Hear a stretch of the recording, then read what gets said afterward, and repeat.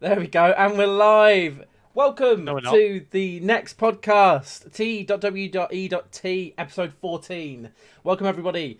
And we are going to kick straight off because we have got so much that we want to talk about.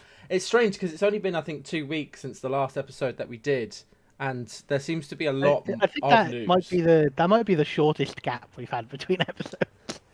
Not the Yeah. first, like, 3. The first 3 we did weekly, but... Yeah. Oh, yeah. But this is what's surprising for me is it's been about 2 weeks, but there's been so much that's gone on that we need to talk about. So I'm gonna just dive straight in, just really quickly.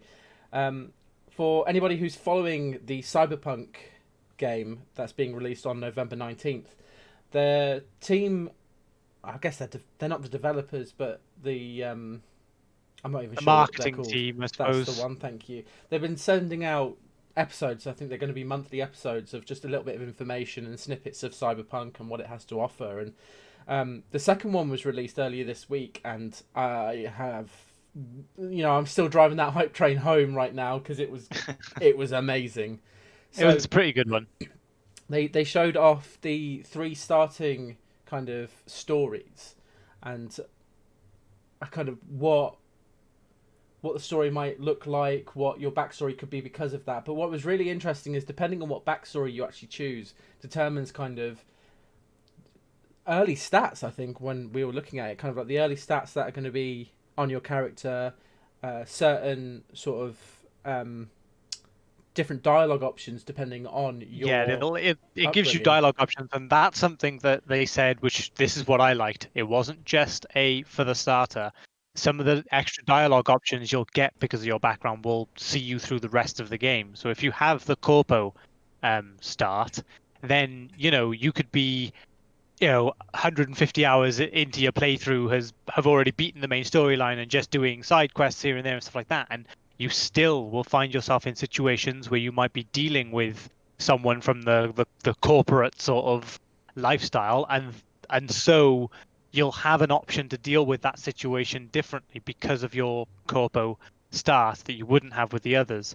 I just quite liked the emphasis because that was asked by I can't remember her name off the top of my head now, Crazy eyes. yeah, Crazy Eyes as we know her because she does have crazy eyes. Yeah, she really But does. yeah, she decided to ask that and said when they were talking about it, she was like, does this continue or is it just for the beginning? And they have officially confirmed that, yeah, no, there's your background will sort of give you certain dialogue choices that you wouldn't normally get throughout the rest of the game, which is kind of cool. Yeah, it really is, and it makes you kind of think of what the character you want to build, who you want to build. It makes you realize that I don't want to say it makes your background super important because let's face it, for the past like 15 years, games have been trying to sell your choices matter. Yeah. And Yeah. to an extent, they've been mattering more and more, but realistically, no, they don't. No, I think the last great game that did it, like the whole origin story, was Dragon Age Origins, and then yes, that kind of just this is yeah. very much the same. Like this is one of the first games, one of the first games that's been on my radar anyway. There might be games that I'm not sure of that have also done it, but it's one of the first games that I'm interested in that seems to have taken that same approach as Dragon Age Origins, to where your origin story will have an impact on the rest of your playthrough. Mm-hmm. For example, in Origins, if you chose a dwarf, then you're not being a mage because dwarves were resistant to Illyrium, I think, or whatever the magic essence was called.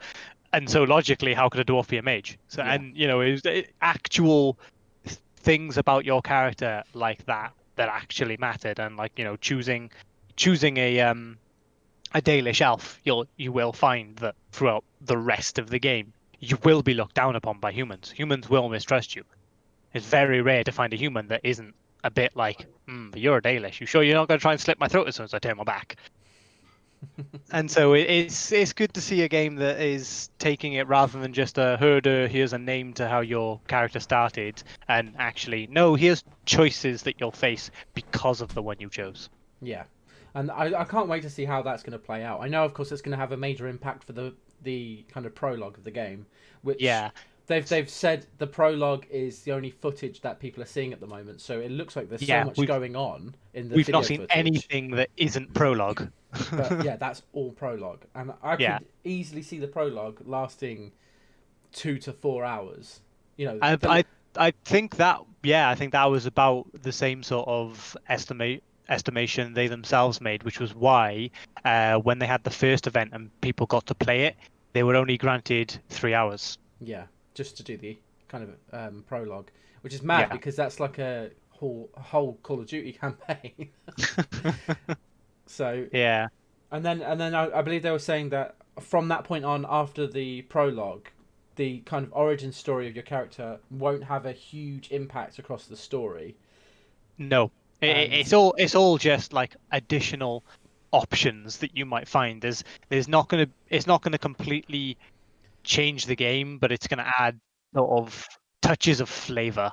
yeah, and I just can't wait for it. I'm really upset that it was delayed again, but I understand the reasons as to why it was delayed. I know that they want to bring it out coinciding with the Series X, and that anybody who doesn't think that needs to look at themselves in the mirror, really, because that's definitely why they What are you delayed it. doing with yourself?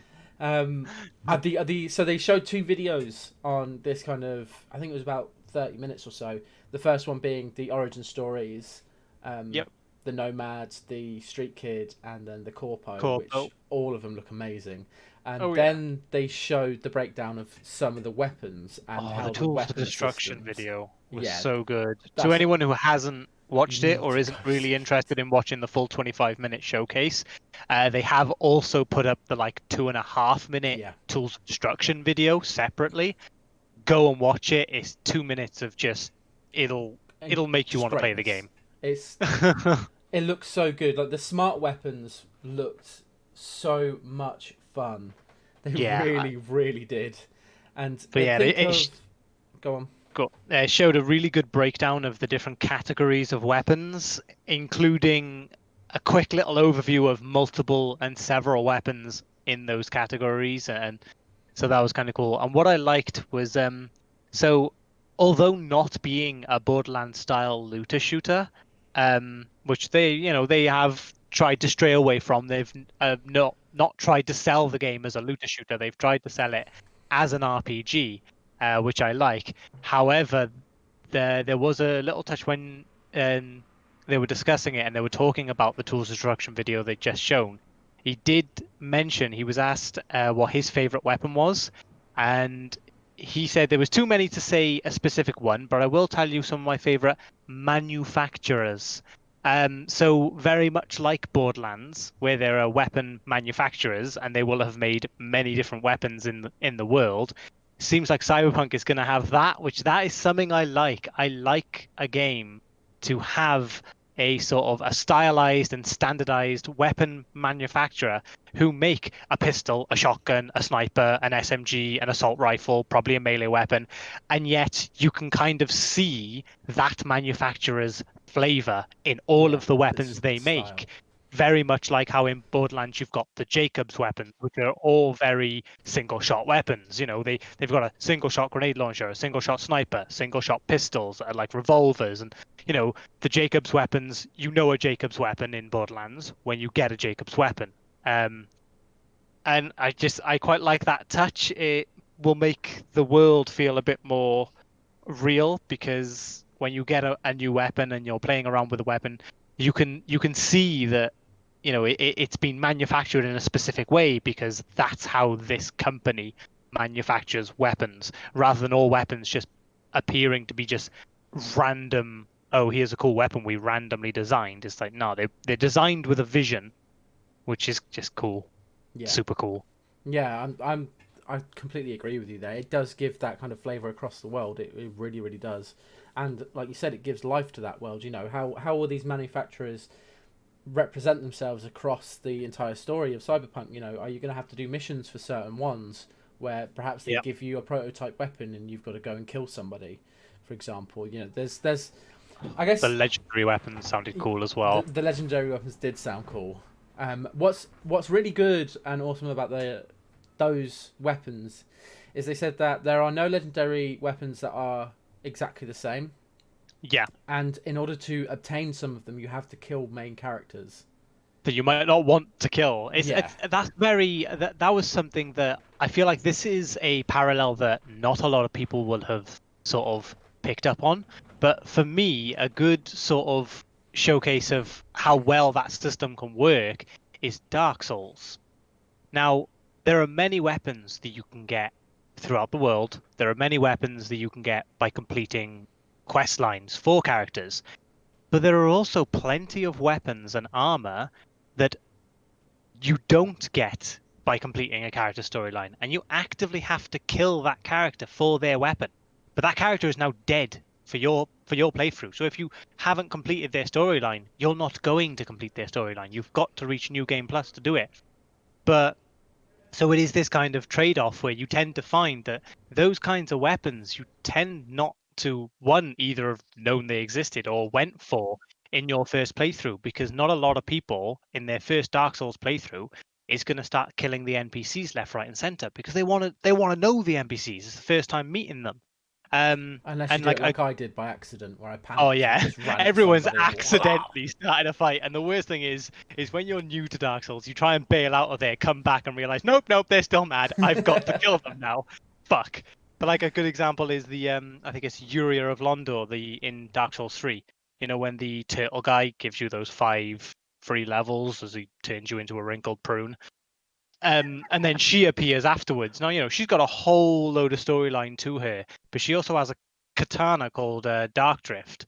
I remember this because I was literally watching a video about it by Dang Tim or whatever earlier today.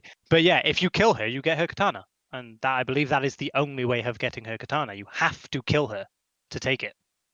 And so it's very much like that. And Dark Souls is one of the few other games that I can think of that has done a similar system. And it works really well because there are characters that you absolutely love and don't want to kill, but they might have a really cool item you kind of want. So you are sort of stuck there, particularly in like second playthroughs, going, "Oh, do I want your legendary weapon, or do I want to continue your storyline, or just continue having you here because you're so damn cool?" I think it's going to be easier than what it would. Sorry, I think it would have been easier in Dark Souls, because for me playing Dark Souls, I find it really hard to kind of connect with the characters on there, because they're very closed as like characters for good reason. You know, it goes with the lore of the story. Whereas I feel like Cyberpunk is going to be so rich in its detail. It's going to be even harder because because you're going to actually care about those characters, and it's interesting because whenever I play a game like this, I'll always do one. Like, you take Fable for example. The first time I played Fable, I was a good character. I was a good guy. I was always a good guy. That second playthrough, I wanted to be the biggest dickhead in the world. It's not hard for me. So yeah, Cyberpunk's going to be very similar. The real one, then, yeah. Yeah, exactly. It's I've been the good guy. My conscience has now been cleared. Let's go and fuck it up. So it's going to be really cool to kind of see all of that going on, and I'm really looking forward to the smart weapons. The closest thing that I've seen in a video game to date is most probably going to be Titanfall. Ah, yes, Titanfall's because they had smart pistol. The smart pistol thing. I think Excuse me. with the legendary weapons as well, something that I was really happy to hear when they were describing it was the fact that, yes, legendary weapons are going to be powerful, but they're not going to be, oh, hey, look, I found a legendary weapon, better just trash my other guns because they're going to be garbage in comparison. Legendary weapons, instead of just being, oh, hey, look, it's this regular sniper, only it's double the damage, they have very specific traits to them. They work for very specific uses and things like that. So you could very well find what most people would consider, quote unquote, the most powerful legendary in the game, and yet still prefer your shotgun because it just works better for you. Because, you know, that most powerful weapon might be a sniper. That most powerful legendary might be a sniper that fires, I don't know, 2 rounds or something, and like a smart sniper that you can shoot once and take out 2 people. Now, that's really cool. That would be a really interesting, a really cool, unique weapon that, you know, there's only the one like it. And if you're a sniper-based character, that is probably the most powerful weapon you could have, the ability to every shot take out 2 people. But if you're an up close and personal shotgun and melee weapon character, then that legendary is now worthless to you, which I like. It's not just, oh, if you want to do the most ultimate damage, you've got to get the legendaries. It's, if this legendary does something interesting that works for you, then it will be a powerful weapon. Otherwise, continue using the ones you like. There are too many games who have a rarity system baked into them where you have common, uncommon, rare, ultra, and then legendary weapons. Too many of them just base their rarity on the kind of damage they do, and it's a shit system, and it's a shit way of doing it, because that is very much like with something like Borderlands. As much as I do love Borderlands, it is one of those games with, hey, look, I found the same weapon that does more damage. Buy old one. Yeah. I'm pretty sure we know that it's definitely not that. And I believe, I'm only speculating with this, so I'm not 100% sure, but as you level up your character, you can then put points into specific weapons. And I think the damage will increase with the weapon and your level. So it's not like, so a weapon that you've got at the start of the game could probably be something that you're still using at the end of the game. Whereas so you more can of a trait upgrade. system. You can upgrade the weapons, and you can upgrade your proficiency with the weapons, basically. So they're saying that damage isn't necessarily something that you can suddenly get more of because you're better with the weapon, because that doesn't make sense. Right. You're now better with the weapon, so your bullets do more damage. No. When you become more proficient with a weapon in Cyberpunk, then you can move faster with it. Your reloads are quicker. You can you've got better accuracy. Your aim down sights is faster. It literally is, the idea being, you've become more familiar with your weapon, so you use it more efficiently. But there are also expansion chips and mods for weapons that you can get. And when you put these chips into your weapons, they're the kinds of things that alter the weapon itself. They can increase the damage. They might turn your gun into a double shot. Yeah. Or things like that. They alter the functionality of the weapon, and thus can also increase the damage depending on what the mod chip actually does. But your ability to be proficient with a weapon doesn't change the weapon. It just changes how good you are with the weapon. So, like I said, you'll move quicker with it, aim down sights quicker, reload faster, be more accurate, just because you're used to the weapon's recoil now. Your character's been using it for, in-game world, you've been using it for like fucking 6 months kind of thing. So your character can just point and shoot whatever the fuck he wants. And that's what they were saying in the post video kind of talk was they're bringing RPG elements into weaponry. And yes, I'm really excited to see how they play that out, and that's when of course they moved on to the legendary stuff.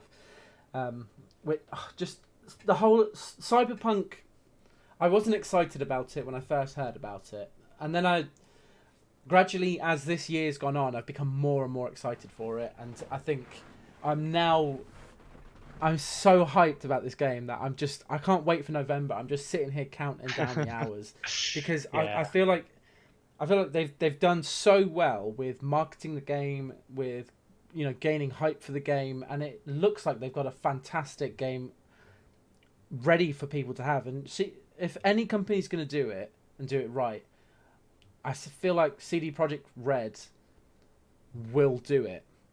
Yeah, and they've got a good track record. I mean, that's sort of, in my opinion, with Cyberpunk and CD Projekt Red, and in my opinion, as my opinion has been when Cyberpunk was first done, because obviously there was a lot of skepticism and controversy around how drastic of a change Cyberpunk is to the Witcher games and stuff like that. Like, yeah, it's still an RPG, but the way it will function is very different. So a lot of people were worried, but my justification sort of always was, I'm reasonably skeptical, but I'm not just going to blindly say, oh, this game's going to be perfect because CD Projekt Red are making it, because I don't believe this, but it could be dog shit, because they could completely fuck up. It doesn't look like they have, but these are the sort of opinions I gathered before we'd seen anything. But I was like, Yeah, it, yeah, it I could agree be with you. complete trash. It could be fucking shit. We could find out that The Witcher is like their one thing, and as soon as they do something else, it's trash.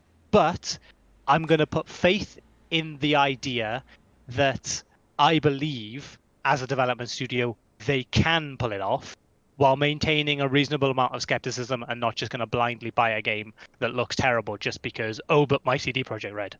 Yeah, yeah, But no, I get what you it's mean. Yeah, yeah. from what we've seen, I'm hopeful. From what we've seen, it's looking more and more like they've done a good job. Yeah, they've made sacrifices in certain places, but I believe they've been for a reason. For example, I know one of the biggest controversies with the game of what we were originally told and shown years ago and what we're getting now is the origin story. The origin story stems from what they'd originally pitched as like a class system. And there was originally a class system, and you had Nomad and Corpo, I believe, were two of the classes on there, but they were two of 12 classes, and there was a big list of classes, like you had your Nomad, your Corpo, and I think it was like your Dredger and all kinds of shit, and they had big impacts.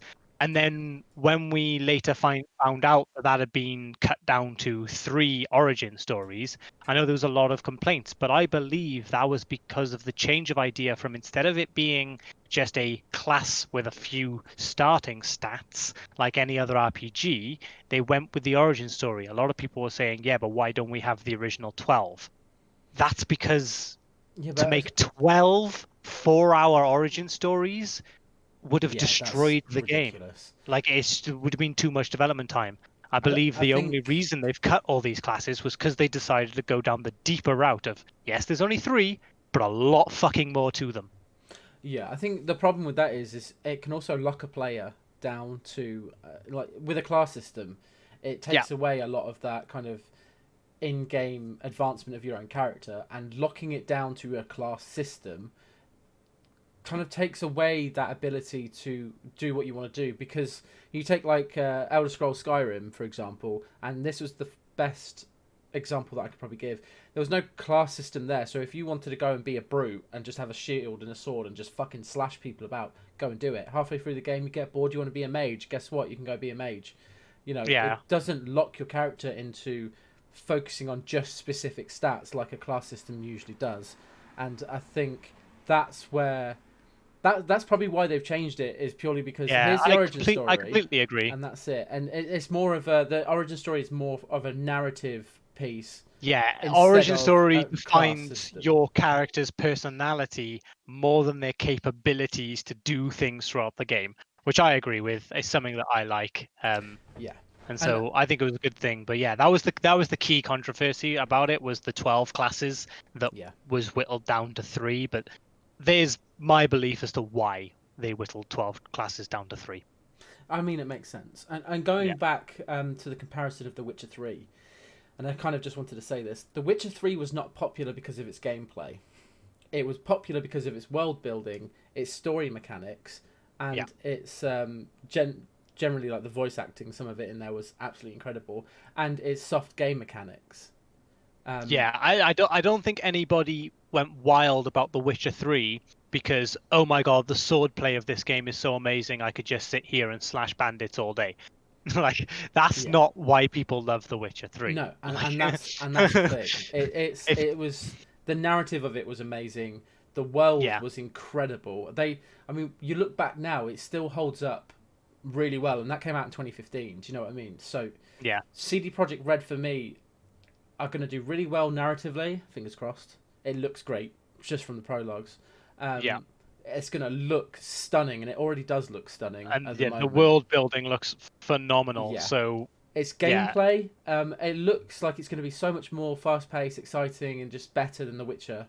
But yeah, when yeah, I, comparing I one to don't the think other, I don't think its gameplay is going to be completely revolutionary. Yeah, revolutionary and groundbreaking like people think. I don't think it's going to be bad at all. I think we're going to have pretty, good, solid gameplay mechanics, enjoyable gameplay, just what you'd need. But like you said with the Witcher series, it's world design, its characters, that's what's going to make it a long-lasting game that I believe is going to be held up in very similar renown for a very similar amount of time as The Witcher 3, which is still renowned today for those things, not so much for its gameplay.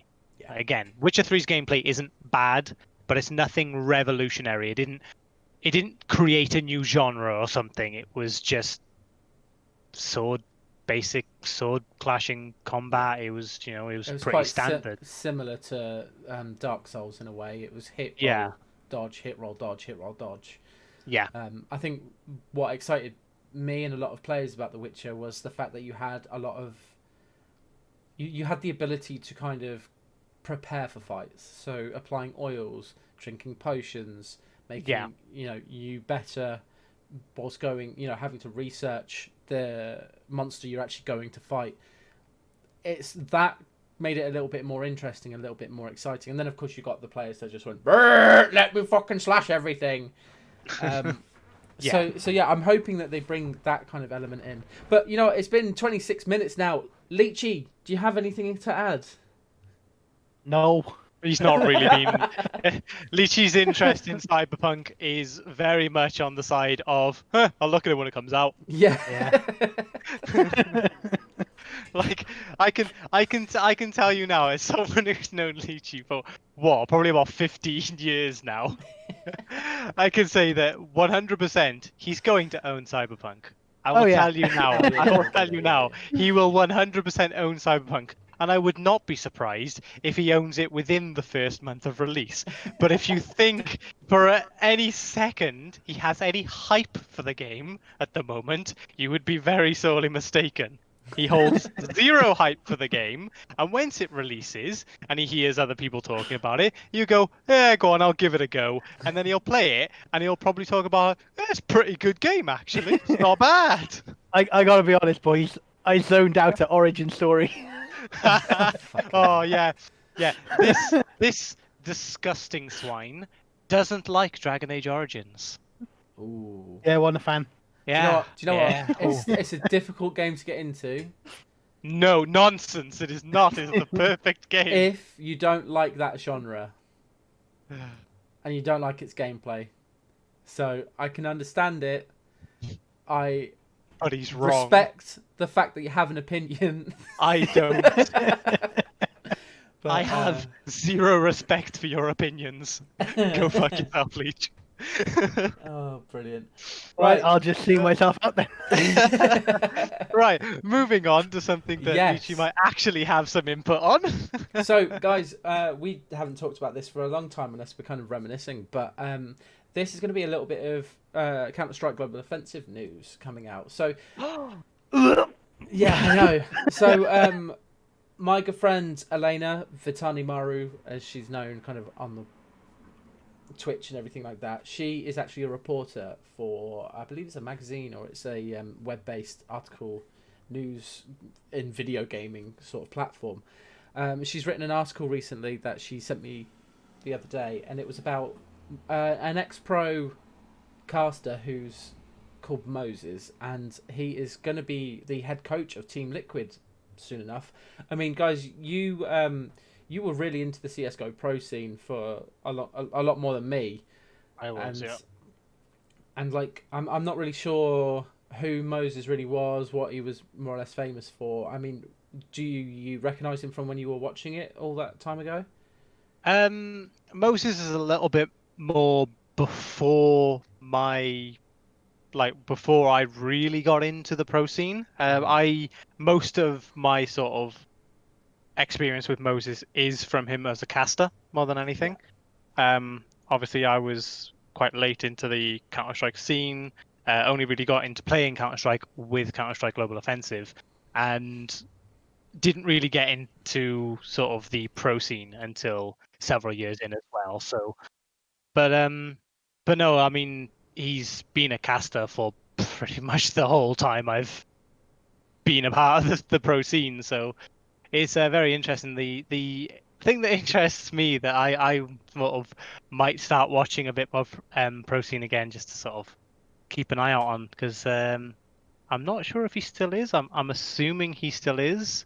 but obviously Yanko, YNK, took over FaZe, and he was a similar situation of a pro that went caster, was caster for years, and then ended up taking over FaZe Clan as the coach. And so obviously with most casting, there was a lot of the casters having casted with him for years, used to make a lot of comments on sort of, what's he been doing with the team, and they know him and his style, so let's see how his style. So it'll be interesting. I want to see Moses up against Yanko. Like, they know each other, they know each other's strategies, they know each other's outlooks on things because they've done casting, they've both done analytics and analyzed games and matches for years. So to have two people like that coaching teams against each other would be nice. Very interesting to see how they try to use their knowledge on each other against each other. So that's something I'm excited for, and I might have to get back into it just to see some of that go down. It sounds interesting, actually. Let me know if that's going to be happening, because I might give it a good look. Guys, if you're interested in the CSGO pro scene, I will leave the article kind of in the YouTube video below in the comments, which will be coming out tomorrow. Elena's a fantastic writer. She's offered to help out. I think I've said this previously in another podcast. She wants to help out with anything that's going down in terms of like esports. So she follows a lot of Overwatch, CSGO, reports on a lot of it as well. So you may see a couple of bits of news popping in here, and there may be a chance of her coming on one day onto the podcast. Yeah, that'd be great to get. That'd be great to get some real sort of pro scene insight. Yeah, obviously my insight just comes from watching, so viewership. Yeah, it's a very viewer's side, so it'd be interesting to get some real insight. Yeah, nah, I don't view so I don't even watch pro games anymore. So. Well, I mean, I watched Professional League of Legends for a little bit. I watched Professional CSGO for a little bit. But other than that, I mean, not really. You mean you watched Particle Effect Simulator, yeah? Yes, that's exactly what I watched. But yeah, like I said, I'll leave that in the comment, not the comments, but the description down below for the YouTube video. So guys, look out for that tomorrow if you want to read that article. If you want to read it and you're here live watching on the stream, just ping me a message and I'll forward it over to you, no problem. Now I wanted to move on from this, and I wanted to talk about a game that's coming into closed alpha on the 19th of August, and that game's called Dead Matter. I don't know if either of you have heard about Dead Matter. I think I've heard the name. Rings a bell. Not something I think I have followed, but Okay, so it's interesting. So Dead Matter is a game that is deep into its development at the moment. But the development team, from what I know, this is just because I've watched a video, and the game is going to be like a survival zombie game. Like, think of DayZ, right? Yeah. So it's going to be very similar to DayZ, but the development team are taking a lot of their kind of premises from Escape from Tarkov and the Tarkov development, and they're kind of merging both DayZ and Tarkov together to make this game that a lot of people within this kind of community, the Tarkov community or the DayZ community, are actually really excited for. With a whole host and range of different guns. Apparently it's quite gory at times as well, like blowing the face off of a zombie. His face actually gets blown off and you see the skull and everything like nice.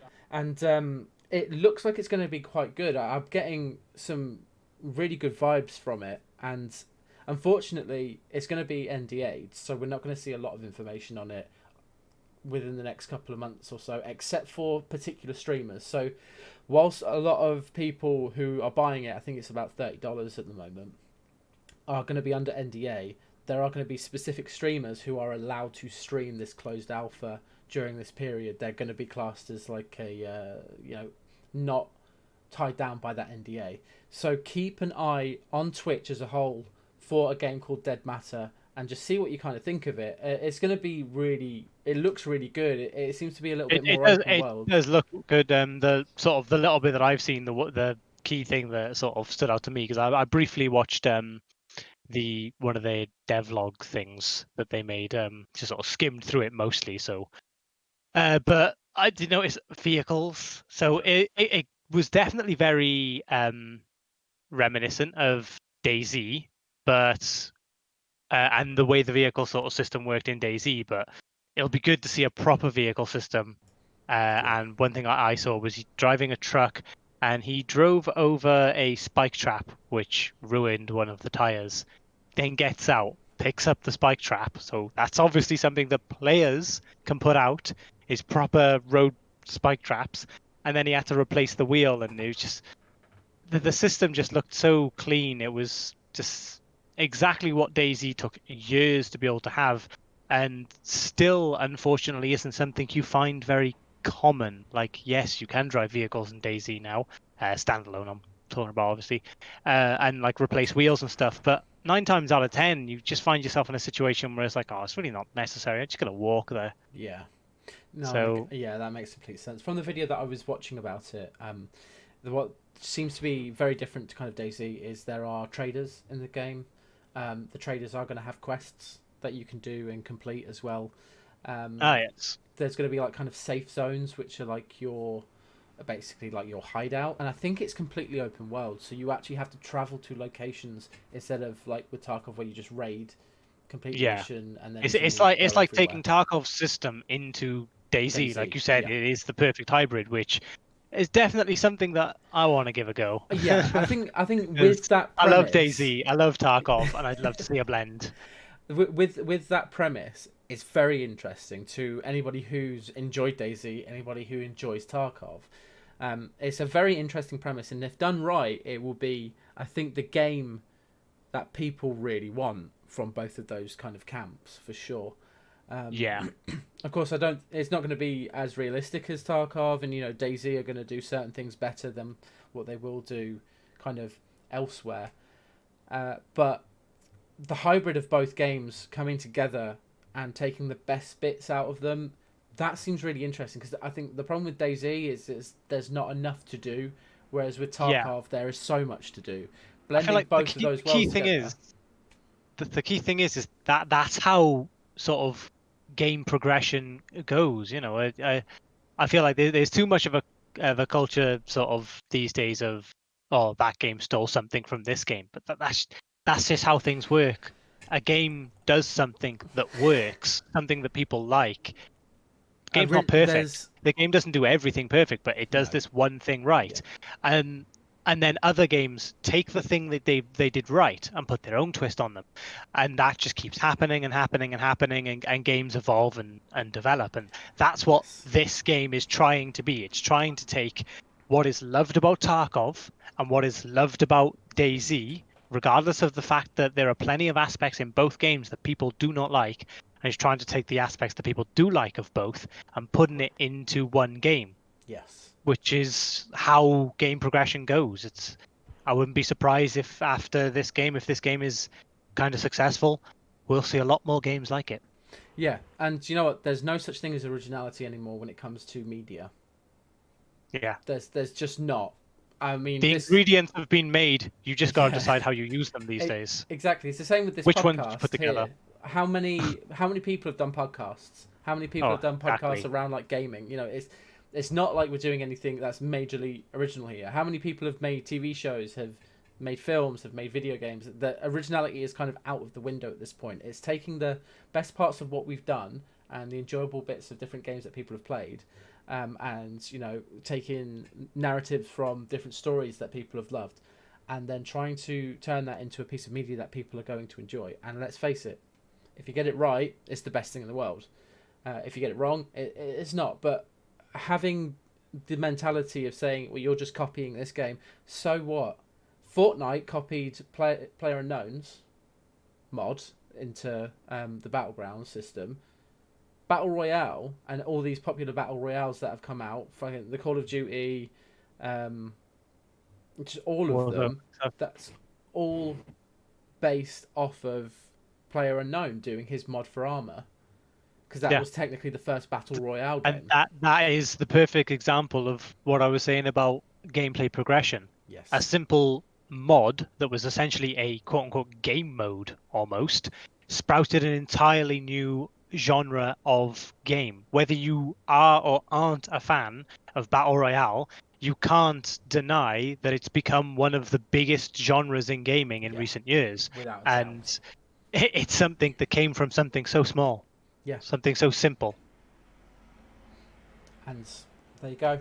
Speaking of Tarkov, though, I wanted to really touch on this bit of news that if you're not in the Tarkov community, you might not know about, and I think it's something that is absolutely fantastic and really has a fantastic place, and it just shows the kind of community that we are as gamers and how we come together.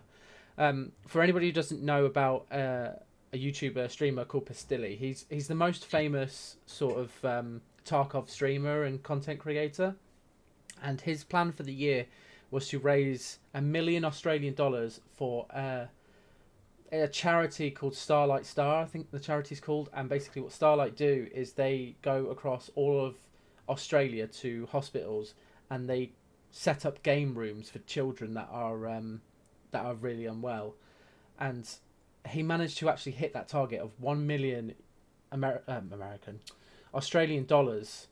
I think it was about 2 weeks ago, which that is absolutely fantastic. Every donation from his stream went into the funds for this foundation, and he's actually been the sole kind of provider for Starlight. He's been their biggest contributor across the year, and it's absolutely brilliant. And what's fantastic about that and everybody kind of coming together within the community and raising this amount of money is BSG had donated a lot themselves. BSG, Battlestate Games, so the creator of Escape from Tarkov, they donated quite a lot of money to this cause as well.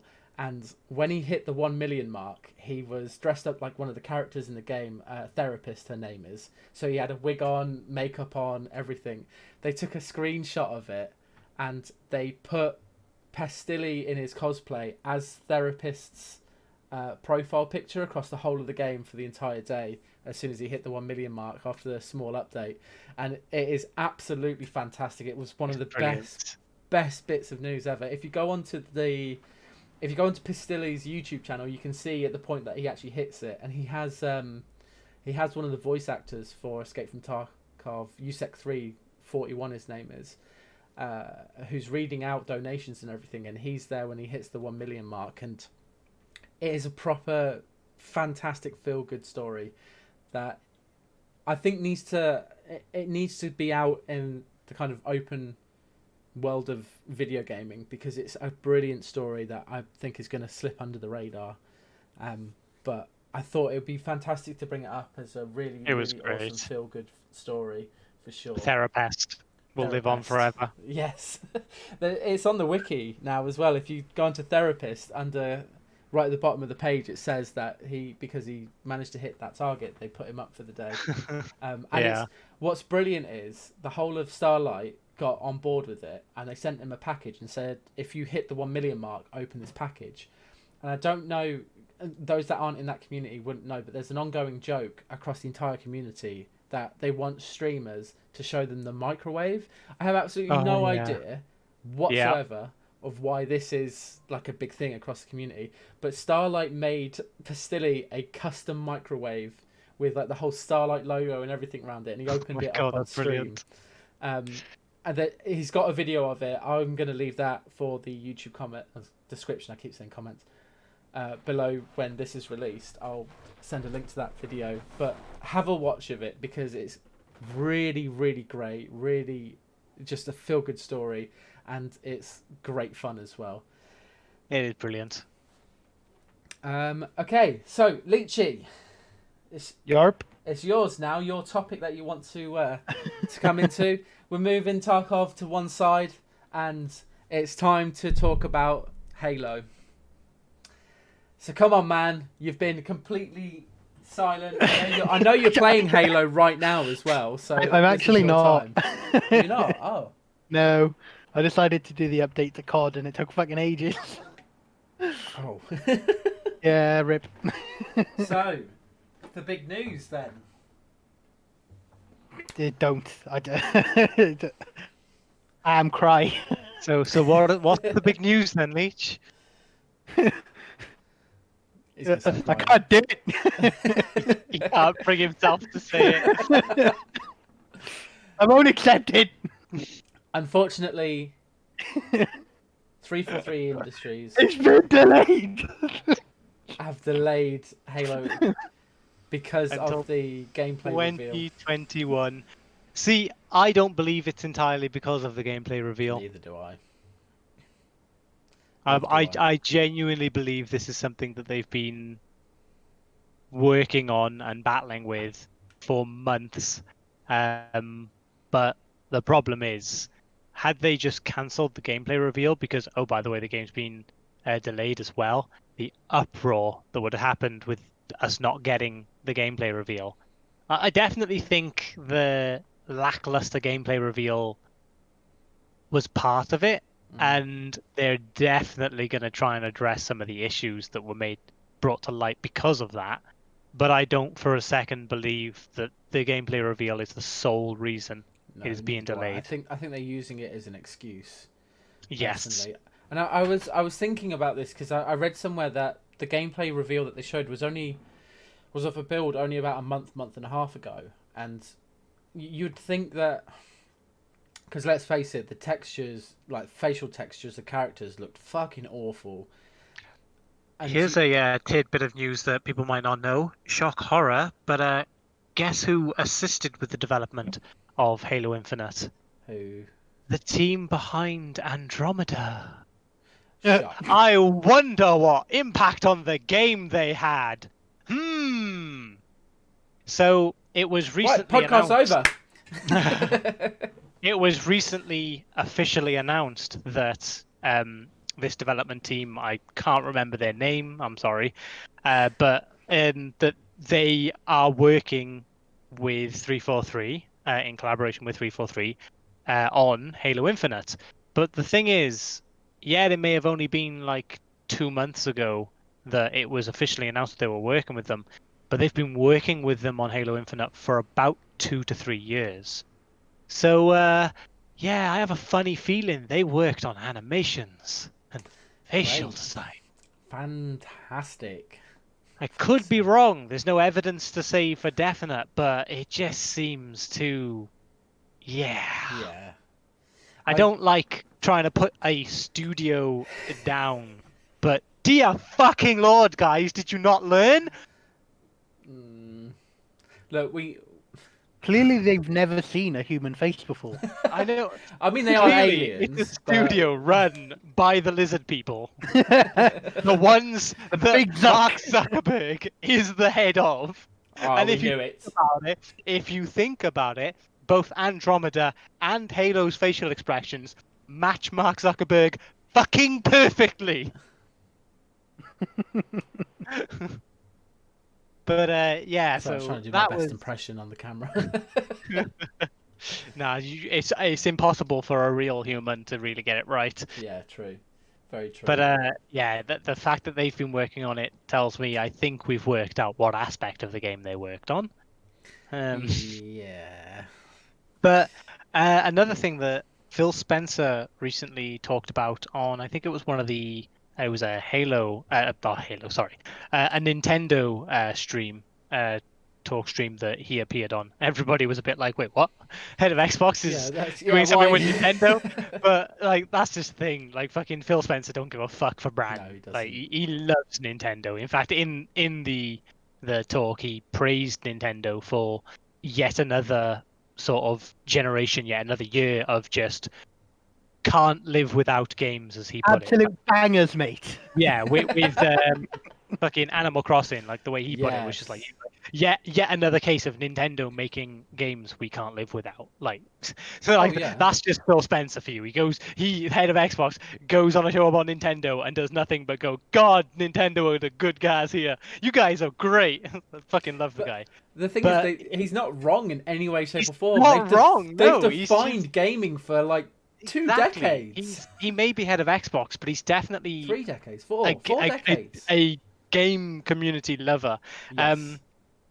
Because funnily enough, another thing he says, which I'll get to in a minute, for all intents and purposes, he may as well have basically been turning around and saying we wanted this information out so that people wouldn't buy an Xbox over a PlayStation if their only reason was Halo. Like, he's openly saying he'd rather give people the choice to get the PlayStation.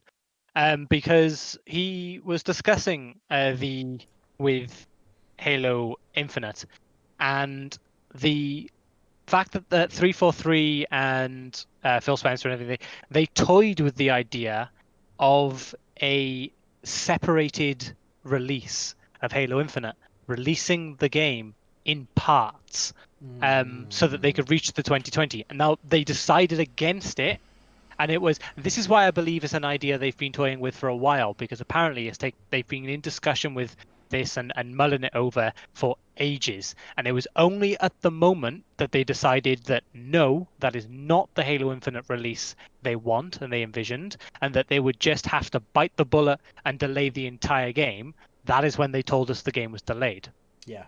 But I believe, because of the fact that they have now confirmed as well that Halo Infinite's multiplayer is going to be free to play, I believe that what they may have done if they hadn't decided to delay the whole game might have been that in 2020 we would have got the multiplayer, the free-to-play multiplayer. Everybody would have been given the free-to-play Halo Infinite multiplayer, but we would have had to have waited for the likes of the campaign and the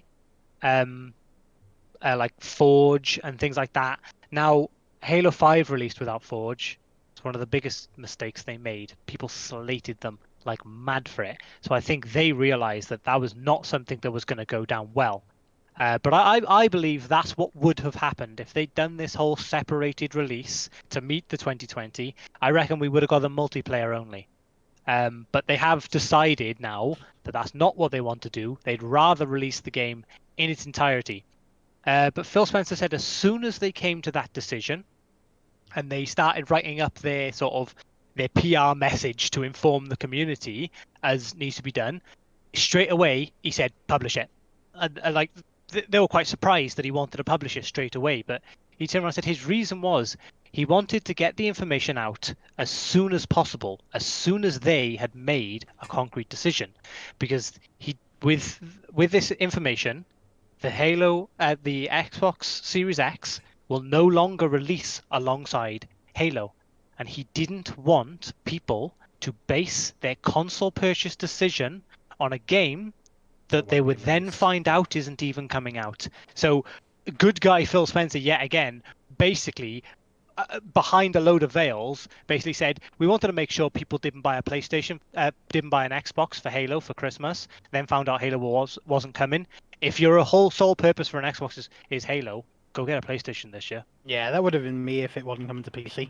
Yeah, like he basically has just allowed people to ignore the Xbox and buy the PlayStation because he's made sure that the information of Halo's delay has come out before people started planning their purchases for Christmas, which I think is a pretty good guy thing to do. But yeah, their decision on the whole separate release thing would have been a terrible, terrible idea.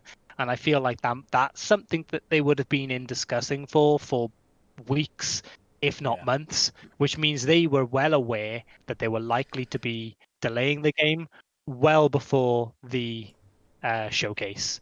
But they weren't about to cancel the showcase because that would have been even more devastating. That was probably at the point where they had, because they did get quite a lot of backlash after the showcase. That's probably the exact point where they said, look, we need to get something sorted and we need to do it as soon as possible and get something out in the public. Yeah.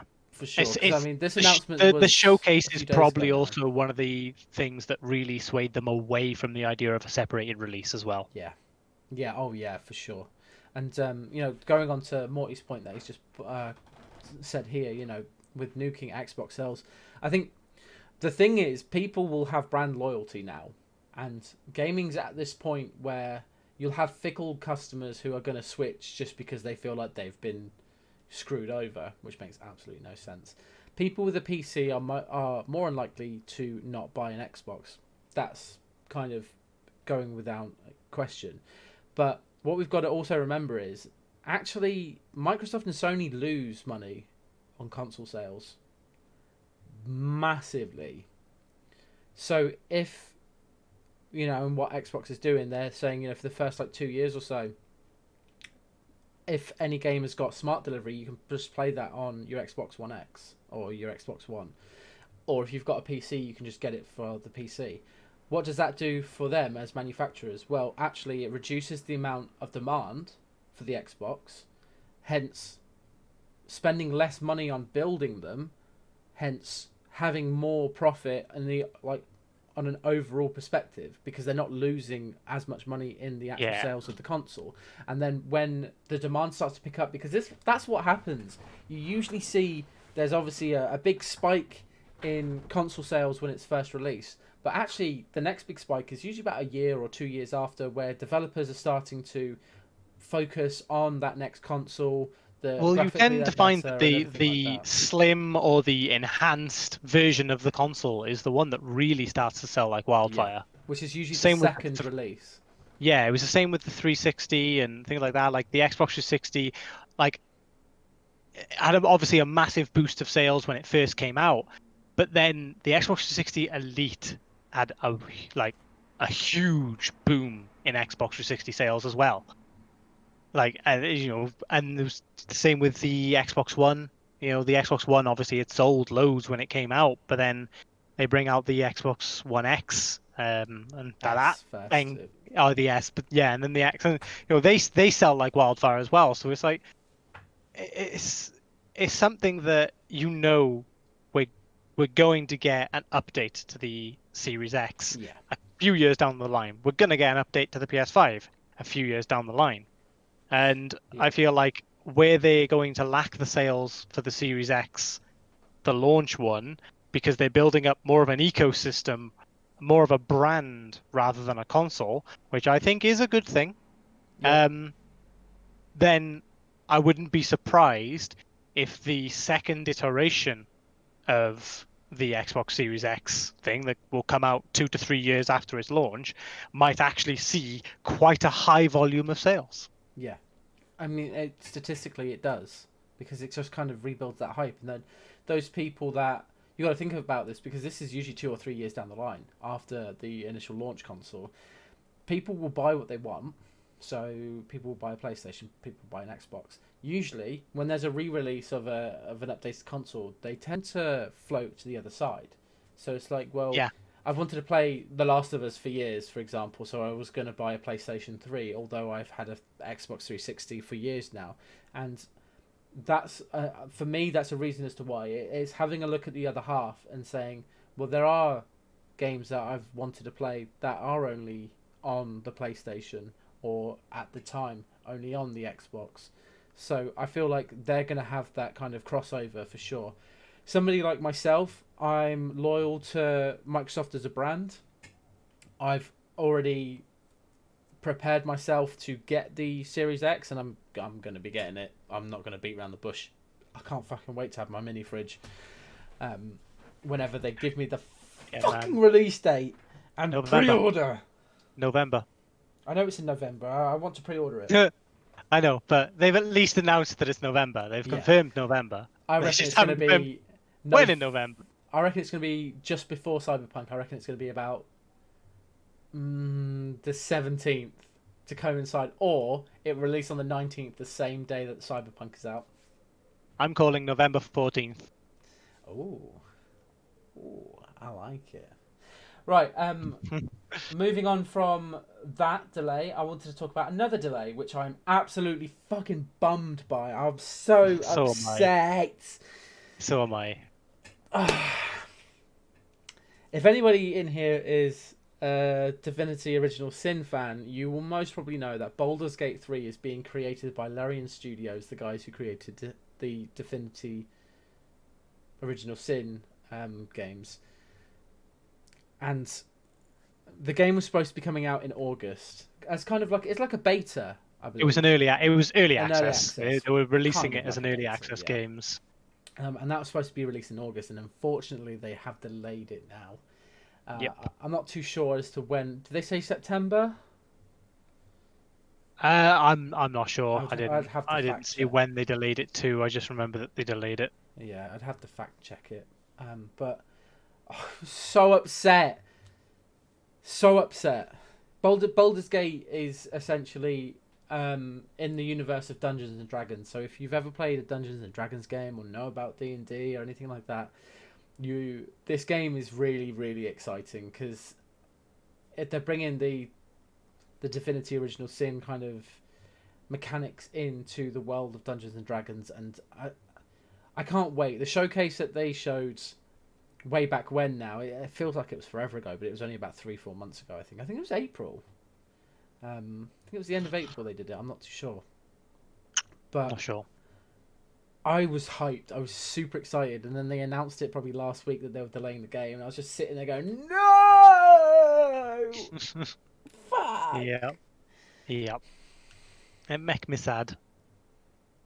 It made me so sad. I can't wait to get it and just stream the absolute shit out of it. Yeah, Oh, the age old saying that works for both Halo and for Baldur's Gate is that delays are good. Cyberpunk. A delayed game is eventually good.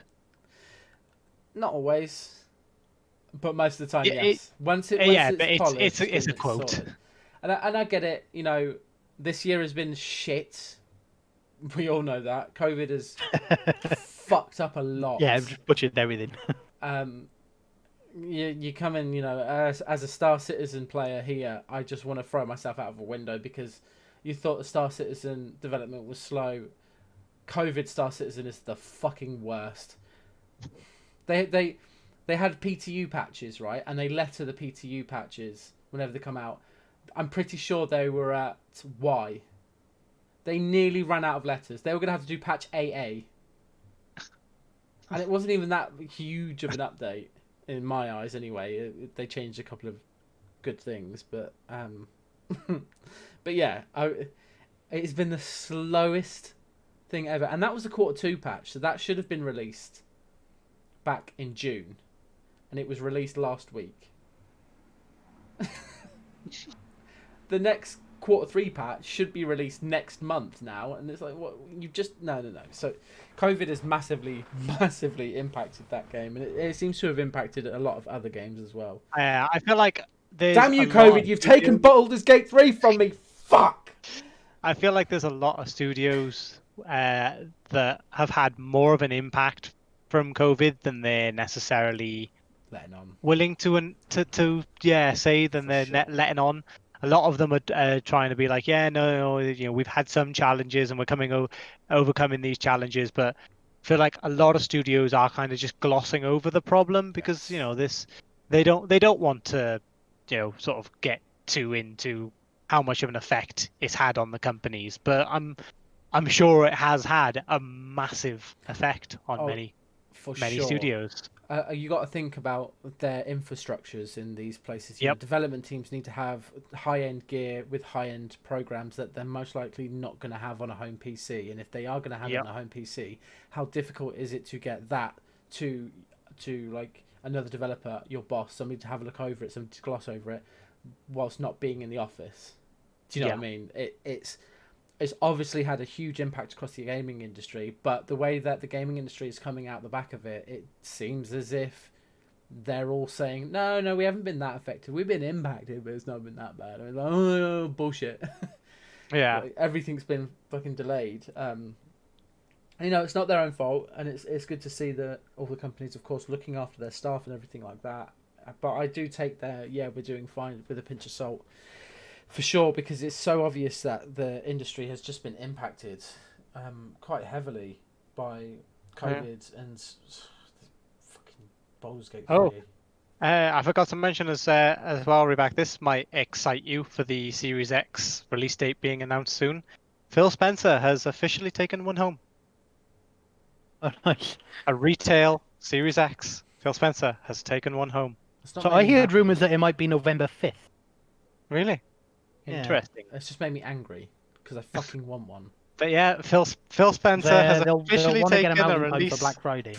Yeah, has officially taken a release version home, so they're ready basically. I'm just gonna go scream into a pillow. Obviously, all they've got to do now is get them packaged and shipped to most retailers, I guess, which that's a task that's probably going to take 2 months anyways. But I mean, Phil Spencer has taken one home, so they're ready. Bastard. What they'll probably be doing as well from a development perspective is just focusing on Xbox Live and having the online information all set up and ready and sorted. Yep. Pre-release, any kind of Yep. leftover bugs for when the console was initially plugged in and downloads. Anything, all updates, because that's a good thing about shipping as well, is that still gives them a little bit of time to focus on their online infrastructure. It's why you see a lot of games have day one patches as well. Yeah, gotta get that 90 gig update on day one, mate. Yeah, Yeah, man. exactly. But we're gonna get off of delays because Leachy is upset with Halo. Me and Roos are upset with Baldur's Gate 3. I suppose, Roos, you're upset with Halo being delayed as well. And if I talk about Baldur's Gate 3 anymore, I might throw myself out the window. So I'm up to this point now, which is the second point you wanted to bring up, Leach. And that was something's happening with Rainbow Six Siege. Enlighten us. Sam Fisher, boy! We are now enlightened. Precisely. What's going on? I have not read the article. So. So there was a leak, I think it started out as, for one of the new operators, and he was just going to be called Zero. Didn't know anything more than that. Kind of saw a very work in progress version of his gadget. Not that I actually remember what that is, I've completely forgotten. But he was definitely third echelon from the other Tom Clancy series. And he had the iconic the 3 green dots for the night vision goggles. So I was pretty excited for that anyway, because I've been a huge Splinter Cell fan for a long time. And obviously we haven't had a Splinter Cell game for I think 7 years now. So I think Blacklist everybody was the just kind of last. like, hey? I think Blacklist was the last Splinter Cell game. Yeah, I think it was Yeah. about 7 years ago. They've teased him a couple of times in Ghost Recon games. He's made a couple of cameo appearances, but nothing more than that. I think the big question on everybody's lips is, can I do splits in a corridor about 12 feet high? No. Unfortunately, no? probably not. You can't even jump in Siege, so probably going to be a no on that. So unfortunately, one thing I like about the design they've gone with though is they've obviously brought him into the Rainbow Six universe, and they've slotted him quite nicely into the lore of the universe as well. So the legendary 3D green dots of his goggles, because the goggles, he's not actually wearing them in the base default skin. I wouldn't be surprised if there is a headgear that you can get for him, but they did put the 3 lights on his gadget weapon. yeah, So they got it in there. They got it's like it his in underslung there. laser or something, isn't it? Yeah, it's almost like the laser sight for his gadget. His gadget being the ability to shoot cameras that he can use, but he's an attacker, so he's essentially the Valkyrie of attack, which is kind of cool. But yeah, they managed to get the green dots in, which everybody was happy about. People not necessarily so happy about him not wearing the goggles, but they got them in there. Now, the thing that interests me the most is this quite sort of more elder look that he has. He doesn't look like any previous Splinter Cell title. I mean, you can tell it's Sam Fisher, but he's not a redesign of a previous game. He's clearly older. He's clearly a new design. Right. Also, not being voice Conviction, wasn't Conviction kind of his oldest representation so far? Because I think so. I'm pretty sure But Blacklist. the thing he is, looked younger. he's had a cameo in the Ghost Recon. What's the Breakpoint? Is it? Yeah, I think he was a little bit older in the Ghost He was Recon. in Ghost Recon Breakpoint, but he was clearly a previous version that was just put into the game. Whereas this one in Rainbow Six Siege is a complete redesign, and it's a different voice actor as well, which a lot of people are very sad about. But that is making people wonder. I thought the voice actors changed from. Yeah, I thought Michael Conviction to Ironside came Blacklist. back. Was it Michael Ironside? Michael Ironside, yeah. Yeah. So it came back to him because there was a different voice actor in Blacklist, and then I'm sure he eventually reprised the role. Fair enough. I'm not sure then. I I saw that Sam Fisher wasn't being voiced by what people would consider Sam Fisher in Siege, but I might be wrong about that. I'll have to fact check that one. But with the design, anyway, a lot of people are wondering, could we finally be getting a new Splinter Cell game? And is this what Sam Fisher's going to look like? See, that would be interesting, having kind of like a seasoned Sam Fisher. Yeah. And interesting to see how they kind of do it, because surely age be would interesting. Yeah, go on. Sorry. Sorry, age would have probably slowed him down, so he's not as superhuman as sometimes he seems. It has to be a bit more tactical kind of thing. So it'd be interesting to see how that would play out if they are going for kind of a later setting, you know, an older Sam Fisher. And yeah, what I'd kind of like to see would be like, I know it's sort of a bit of a routine story, you know, we've seen it before, but you know, have it so that there's such a big threat that only the best can can help everyone. And the James happily Bond retired, story, chilling on some island somewhere, and it's like, well, you know, the only guy that can counter this threat is Sam, so they bring him back. And I do think if they could play in his age into like some of the in-game commentary, so like when you're climbing a pipe or something, because you know Splinter Cell's always had climbing. So when he's climbing up a pipe, you should make a comment about like how he's getting too old for this. Getting too old for this shit. Yeah, this used to be so much easier in his heydays. I think they could play his age into it in quite a funny manner, because it's always been slightly comical of a game. You know, he's always made snarky little comments and stuff that are just funny in the moment. So I think they could play it in quite well. I want them to keep the ridiculous bullshit that was like Conviction. You know how like you have not made a sound whatsoever in a building that is completely surrounded by security, but you managed to get in, and suddenly one guy in like Office 7 on the 6th floor or something is like, "I know you're here, Sam." Like, how the fuck do you know? No one knows that I'm here. What I'd love to see, if it is true that we are getting a new Splinter Cell game, which I would love to see, this complete redesign, and it is a complete from the ground up redesign. I doubt they'd do that just for the sake of Siege. When they could have just taken the breakpoint model that they already had, you know, made any minor alterations they needed to for Siege and put it in there, they'd have. That's true. It takes a lot of effort to it would have had concept and So to have completely ground up made him, I think we're going to get a Splinter Cell game. But what I'd love to see is for Ubisoft to really go back to their heyday of integrating the stories of the games. So I'd love to see a Splinter Cell game. I remember when Hawks integrated with... that's the one I was going to talk about, Advanced Warfare 2. Yeah, that was it, Advanced Warfare 2, you're in the mission. Ghost Recon Advanced Warfare 2, you're in the mission. And you know, your captain goes on about the Hawks coming in to do their thing. And the Hawks fly overhead and go off and do their mission. You see that happen in that game. And then you play Hawks when they made that, and you get the mission where you've got to go and assist the Ghost, the Ghost Recon team, and it's like, oh my god, like it's these missions, like they actually exist in each other's games. This connection actually happened. Now I'd like to see them do that again and have a Splinter Cell game in which you are Sam Fisher, who technically works for Team Rainbow.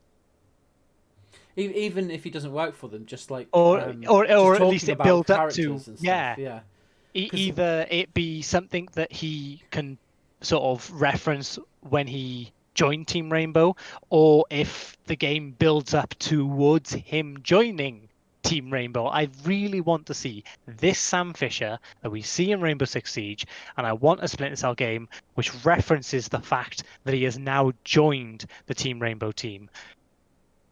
Because they mention in the bio, so Finker, one of the characters in the game, tends to do like the little psych reports and things like that about new operators coming in for Harry, and she mentions how he's the first member of I can't remember the actual name, but it was like a team of operations coming to actually join Team Rainbow. And they mentioned that Sam Fisher's the first to do that. And she also quite exclusively says that he works very much on a need-to-know basis. There's definitely something he's not telling her. And he definitely has his own reasons. He's got his reasons for being here. He has something that he wants to do, something that he needs to do, something that he needs from them. that he has not told them yet. But she said, I'm sure he'll tell me when I need to know. All of that just kind of really feels That's like, really interesting. they're making a big deal about how Sam Fisher is here, but he's got his own reasons to be here as Yeah. well. He wasn't just asked and went, yeah, sure, that's fine. Well, that's the thing with Like- Sam Fisher, though. He's always been like a lone wolf, constantly, all the time, except for Yeah. I can't remember what the name of the game was. Splinter Cell 2 something. Pandora Tomorrow? No, I really can't remember. I'm probably not thinking of the right thing whatsoever. I'm sure it was 2 something, but either way, I think what will be great is Sam Fisher and like the whole Splinter Cell series was a game that was always focused on new technology in like warfare, and Rainbow Six Siege has got all this fantastic amount of tech that you use to, of course, help you kind of move along the game and kill people faster and better, be able to see shit. And Splinter Cell was game, the classic snake cam and a couple of like the gadgets that he used. Actually having him into a setting like Rainbow Six Siege where there's so much tech, having his own game, Yeah. and seeing how he interacts with all of this tech. Having people like Mira who works on the Exactly. tech stuff like that, be able to make stuff is brilliant. And stuff like that. I've found the sort of the description thing that I was just talking about. So if you don't mind, I quickly read it out so people can understand what I mean. So in this section, there's a bit more about how he's clearly in shape. This is going to be great to work with him. But she says he seems to have kept in good shape despite being off active duty. So as we know, this Sam Fisher, he hasn't been in active duty for a while because she mentioned he's off active duty. Though he also seems a little more frazzled than usual when he arrived, I wonder what has Zero is the sort of operator name that he's under, using Rainbow as his home base. He wouldn't be here without his own motivations, and we should take advantage of his experience. His military expertise will be a good balance to your psychological insight. As he's coming in as the first member of the Rainbow Operations Staff, ROS, so that's going to be a big thing for Rainbow Six Siege, it seems, this ROS, and how he's the first one to be joining from there. So I'm curious and cautious of the changes he'll bring to our organization. I'm sure his instruction will be a necessary and painful experience. She goes on about how she's going to be training with him and how she's known him for quite a few years because he knows her dad as well. But yeah, I quite like this dynamic they've got about how she's specifically mentioning how he's off active duty, and a little bit about how he's a bit more frazzled than usual. So maybe a comment on his age and he's not quite as sort of tranquil as he used to be, kind of thing. But then also how that one line that I liked, he wouldn't be here without his own motivations, and we should take advantage of his experience. It just, to me, it really, really feels like a lot of that paragraph could really set up a new Splinter Cell game that absolutely takes place during the same time period as him existing in Team Rainbow. Yeah, no, it sounds really, really interesting. I'd like to see how that kind of plays out in the coming years, because let's face it, it'll probably be maybe a year or two before there would be an announcement off of the speculation for sure. Or, it could be right around the corner and it could be a really well kept secret. We don't know. I would love another Splinter Cell. I think to this day, Conviction is one of my favourite games. I've played that game to death. And I'm sure everyone who's played games over the last 20 years or so have probably picked up a Splinter Cell game at some point. And they're iconic. I mean, Splinter Cell, Sam Fisher is basically the James Bond of video games. I think that's the best way to sort of explain him, but more fucking badass. Yeah. And I'm excited. I didn't know about it. I should have read the article, but yeah, we fingers crossed. Right. We are at an hour and 19 minutes, so I'm going to wrap it up there. Like I said, this was going to be a long one, and we pretty much hit the ground running with this one straight from the word go. We did, to be fair. Yeah.